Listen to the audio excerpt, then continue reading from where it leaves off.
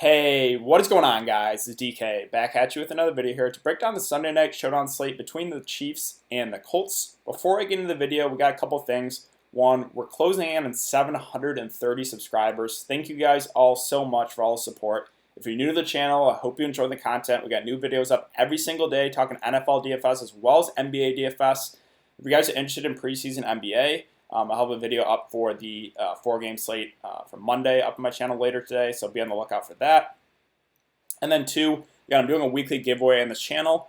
The way it works is all you have to do is leave a like and a comment in this video. That's one entry into the giveaway. Max one comment though per video. And then however many videos out for the week, you can enter it that many times. So it started with my Monday Night Showdown slate video last week, and I'm gonna announce the winner in my Monday Night Football Showdown slate video tomorrow. So be on the lookout for that. And with that out of the way, let's jump into the video. So before I get into the price tags here, let's take a quick peek at the over-under and the spread. So right now it's sitting at 56 with an 11-point spread. So there's going to be a lot of points scored in this one, most likely. Let's look at the snap counts again really quick. So with Damian Williams out, LeSean McCoy and Darrell Williams is about an even split. Now, Damian Williams is currently listed as questionable, so that's the situation we have to monitor for sure. And then the wide receivers, Sammy Watkins, currently listed as questionable as well, but he played in basically the whole game. Demarcus Robinson at 91% and McCole Hardman probably going to play anywhere from 60 to 75% of the snaps. As far as the Indianapolis Colts snap counts, Marlon Mack, he's the number one guy, but he went down with injury. He's currently listed as questionable as well. There's a lot of injuries we have to monitor for the slate. So when he went down, it was a combination of Naheem Hines and Jordan Wilkins getting the snaps. And then as far as the wide receivers go, we got T.Y. listed as questionable as well. Again, a lot of injuries we have to monitor for the slate. And then, it was kind of a four-way split with the three receivers with Deion Kane, Pascal, Chester Rogers, and Paris Campbell all playing in about 60 to 70% of the snaps. And then the tight end situation, Jack Doyle's playing about 75% of the snaps, with Eric Ebron anywhere from 35 to 50% of the snaps. And with that out of the way, let's look at the price tag. So this game is really high over-under 56, and really high over-under games, I want to plug in both quarterbacks. And yeah, I'm not changing my mind here. I want Mahomes and I want Brissett in this game. There should be a lot of points scored in this one, so both quarterbacks I really want on the slate. And there's some value guys we'll get to in a sec where I think you can plug both those guys in. As far as other players, so Travis Kelce listed at 10K right now. It just seems really safe, 8, 9, 8, 8 targets. The upside's there with him. He's going to be targeted in the red zone. So definitely would consider Travis Kelce as a spend up. There's no Tyreek Hill. Sammy Watkins, again, currently listed as questionable. They expect him to play, though. So yeah, if he misses, which I really don't expect him to miss, could be maybe Byron Pringle that picks up the number 3 snaps, but I really don't expect Sammy Watkins to miss. So he's a guy that hasn't really flashed the upside since week 1, but he does have the big play upside in him. At 8.8K, I think he's okay, but probably would prefer some other cheaper wide receivers. And again, he's dealing with an injury, so that does concern me a bit. Again, both quarterbacks, I want to plug them both in here. I think there's value guys we'll get to in a sec where you can get them in. But Jacoby Brissett, really like the upside here on him. The Colts should be playing from behind this one. There's going to be a lot of points scored. He has a little bit of rushing upside too. So yeah, I really want to get both quarterbacks in my lineup. As far as T.Y. Hilton goes, currently listed as questionable. They expect him to play though. So I'm a little torn here because he's expected to play, but he's dealing with an injury. I think that's going to lower the ownership on him, but he just has huge upside in this game at 8K. So definitely a guy you want to consider. Again, the injury does worry me a bit, but they do expect him to play. As far as the running backs go, so first let's talk about the injuries with Damian Williams currently listed as questionable.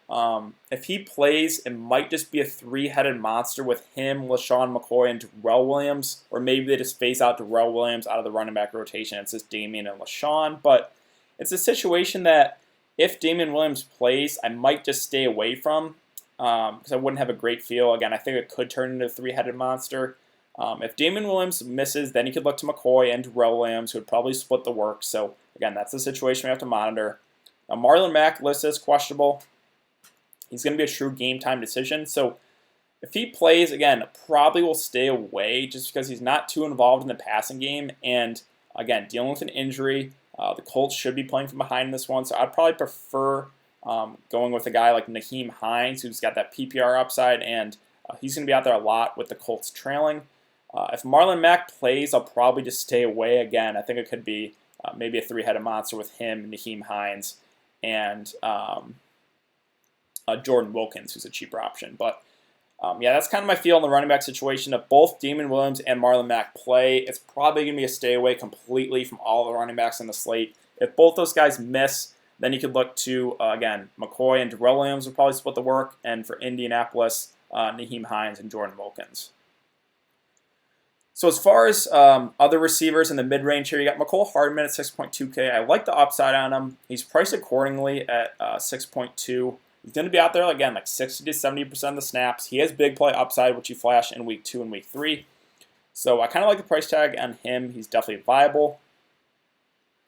I think I skipped over DeMarcus Robinson here at 7.2K, but another guy, again, him and McCole Hardman, number 2, number 3 receivers. DeMarcus Robinson playing on basically the whole game, like 90% of the snaps. So he's a guy that, again, does have some big play upside in him as well. So both those guys in the mid-range, definitely viable.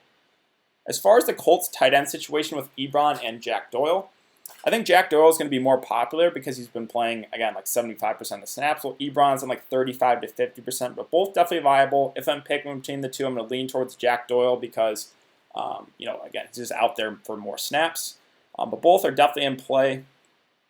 As far as the defenses go, it's a situation I want to stay away from in a game that should be a lot of points scored. Now, can there be a pick six? Yeah, that can happen.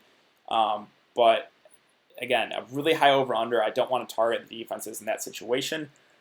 Now let's get to the tough part here with the wide receivers for the Colts. So if we look at snaps when T.Y. was out there, it was pretty tough here with, T.Y. I think he got injured mid-game there in week 3, playing at 52% of the snaps. And it was kind of an even split with Kane, Pascal, Rodgers, Paris Campbell. So I think that's kind of how it's going to go again if T.Y. plays. It will just be those 4 receivers splitting the number 2 and number 3 work. So I would guess probably all those guys get, anywhere from like 40 to 60% of the snaps. So all 4 of those guys definitely in play. But yeah, let's talk about those guys. So Pascal's the most expensive here at 4.2K. Had a decent week there with 4 catches on 7 targets. Again, definitely in play. Chester Rogers at 3.6K.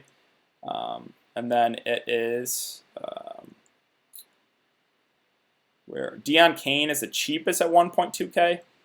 I know he got targeted 5 times, 0 catches, but with him being the cheapest, he's probably my preferred target because I think all 4, again, split the work pretty evenly. So I'd probably lean towards the cheaper option here in Deion Kane. And then what else? Chester Rogers, Pascal, Deion Kane, and who was the other receiver? Paris Campbell. Where's Paris Campbell? Oh, Paris Campbell's out. Okay. I actually did not know that. Out indefinitely. Okay, so this kind of changes it a bit. So with Paris Campbell being out, sorry guys, I actually did not know that. So if T.Y. plays, it'll be these 3 receivers probably splitting the work for 2 spots. So that actually boosts their snap counts a good amount. With Kane, Pascal, and Rodgers should all play probably 60 to 70% of the snaps now. So again, all 3 of those guys with Pascal, with Chester Rogers, and with Deion Kane are all certainly viable in a game that the Colts should be playing from behind in. So all 3 of those guys as value plays certainly in play here with no Paris Campbell. And then let's see, the kickers. Yeah, they're okay. I don't think they have the huge upside. Again, I think I was going to go for a cheaper guy. I would prefer one of those Colts cheap receivers over the kicker because I think the upside is higher with those receivers. But if you're playing cash games, wouldn't recommend playing cash games, but the kickers are definitely safer. And then Jordan Wilkins at 3K would only look to him if Marlon Mack misses. The concern with him is if Marlon Mack misses still, he would be the guy that gets the early down work, while it would be Nyheim Hines that gets the third down work and the PPR work. So again, I think the Colts should be playing from behind this one. So still wouldn't have a great feel about Wilkins at 3K because I think they would utilize a lot of Nyheim Hines if Marlon Mack misses. Now, other really cheap players like Darwin Thompson, the snaps aren't there. Same thing with Mo Alley Cox. Don't think we have to take a shot on any of these guys. Again, I would look to Byron Pringle if Sammy Watkins misses, but it's looking like Sammy Watkins is going to play. And that's basically it. So let's talk captains here for the slate. So really, I mean, the safest option for sure is Patrick Mahomes. Just plug him in there. He has huge upside. I think both quarterbacks are certainly viable. Quarterbacks are usually, don't really target them for captains, but on this slate where there should be a lot of points scored, I like Brissett and Mahomes as captains. I think those guys are probably the safest options. Again, Mahomes probably would be safer, but I really want to plug in both quarterbacks. Other guys you could look to for captain spot, I mean, Travis Kelce seems pretty safe. The running backs, again, it's a situation where if Damian Williams and Marlon Mack play, it'll probably just be a complete stay away for me for the running backs. You could look to T.Y. The injury concerns me, but he has huge upside. Mid-tier range, don't mind McCole Hardman or Demarcus Robinson. As a cheaper option, I mean, you could look to Jack Doyle. Don't hate that idea, or going with like a really cheap option, like one of those Colts cheap receivers. So I always go over this in my videos, but if you throw in a really cheap option like a Deion Kane in the captain spot, then you got 9.6K remaining. You can almost plug in whoever else you want. So you could get both quarterbacks for sure. You could get Travis Kelce, and then again, you can really get whoever else you want in here. So that's always an option that I consider for GPPs. It's really risky, but if Deion Kane catches a touchdown, you're basically golden. So don't hate that idea. Again, if you're playing it safe, I think it's one of those quarterbacks with Mahomes or Jacoby Brissett. I think Kelce's solid, and yeah, that would be my preferred options if I'm playing it safe.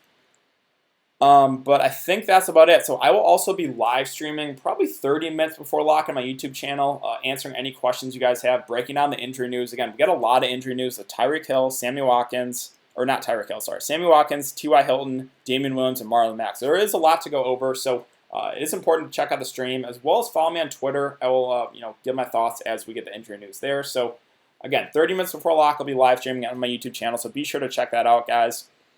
And yeah, that's basically it. Again, if you want to get entered to the giveaway, all you have to do is leave a like and a comment, be subscribed to the channel. That's one entry into the giveaway. And yeah, I will be back for another video talking some NBA preseason, as well as breaking down the Monday Night Football Showdown slate video, which I will announce the winner to the giveaway. Again, the winner receives $20 PayPal from me. And yeah, so I will see you guys then.